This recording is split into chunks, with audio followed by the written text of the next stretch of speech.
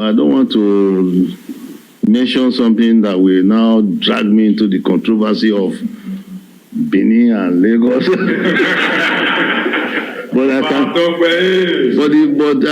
I cannot help but saying that at least it is in history books. Tinubu leave Igbos alone. Oba of Benin says Benin founded Lagos. Tinubu in anger. Hello everyone, welcome back to my YouTube channel. For those visiting this channel for the very first time, this channel is dedicated in bringing to you hottest gossip about Nigerian politicians and celebrities. You can support us by subscribing to our channel, like our videos, comment and share.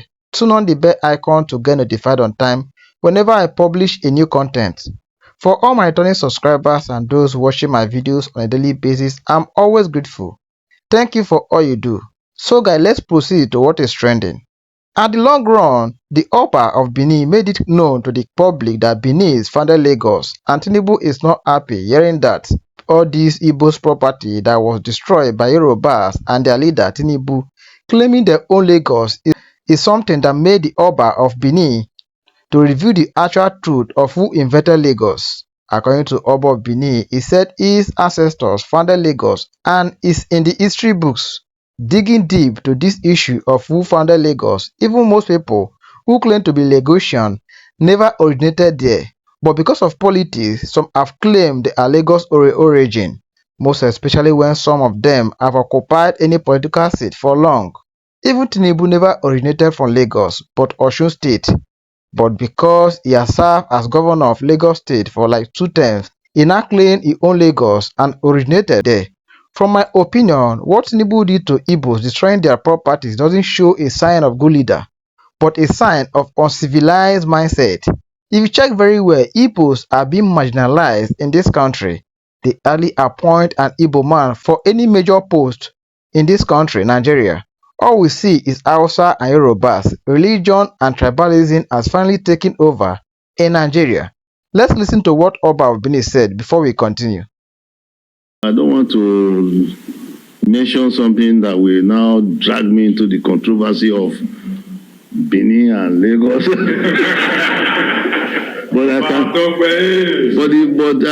I cannot help but saying that at least it is in history books that Benin founded Lagos.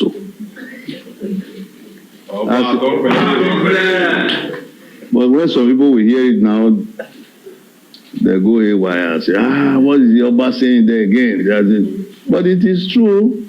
Go and check out the records. Maybe not all over Lagos as we know it now, but certain area in Lagos, maybe the nucleus of Lagos was founded by ancestors. The Oba of Lagos will say so. I'm sure you know that he will always emphasize that he comes from Benin. Everybody knows. But the source of Lagos is Benin. Whether any of you here he likes it or not. He quotes what the Oba of Lagos said in an interview in 2017 that says from the Guardian that said Lagos Oba traces origin to Benin. They said, but last week in Lagos, the Oba said Lagos State is not part of Yoruba land. According to a statement from Igaidugono, the palace of the Lagos Oba, Oba Akeolu was quoted as saying, I was told by my late maternal grandmother, who was a descendant of Oba of Vonare Egweasi, with fact from historical book, and let me share the knowledge with you. Modern-day Lagos was founded by Prince Ado, son of Oba of Benin. Prince Ado was the first Oba of Lagos, and it was then named the town Eko until the Portuguese explorer Rui de Segura changed the maritime town to Lagos, which at that time, from 1942, was a Portuguese expedition. So I think Dr. Abaji has even stated the history. These were the things I talked about in a piece that a lot of people kept on.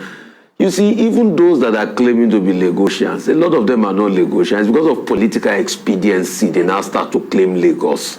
The true Lagosians know each other. So on that score, the Oba was right. And that's why we always read history, because somebody took paper, wrote articles abusing me and saying all sorts, just because I recounted the history that in the history book that has been reiterated. And the Oba of Lagos reiterated that again. Yeah.